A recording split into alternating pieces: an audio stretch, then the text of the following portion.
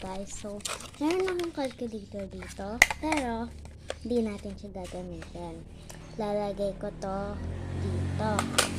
Pero, may gamit tayong whiteboard. Ito yung papana natin. Ito yung eraser.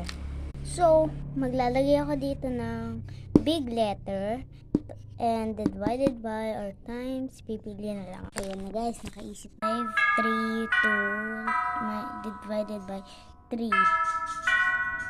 Okay, ganito lang yan guys. Una, maguguhit kayo ng 3. Kasi 3 yan. Or gawin na lang natin times. So, 3 guhit. 1, 2, 3. So, 5. 1, 2, 3, 4, 5. Ito lang yan. So, 1, 3, 4, 5, 6, 7, 8, 9, 15. There. 15, 96.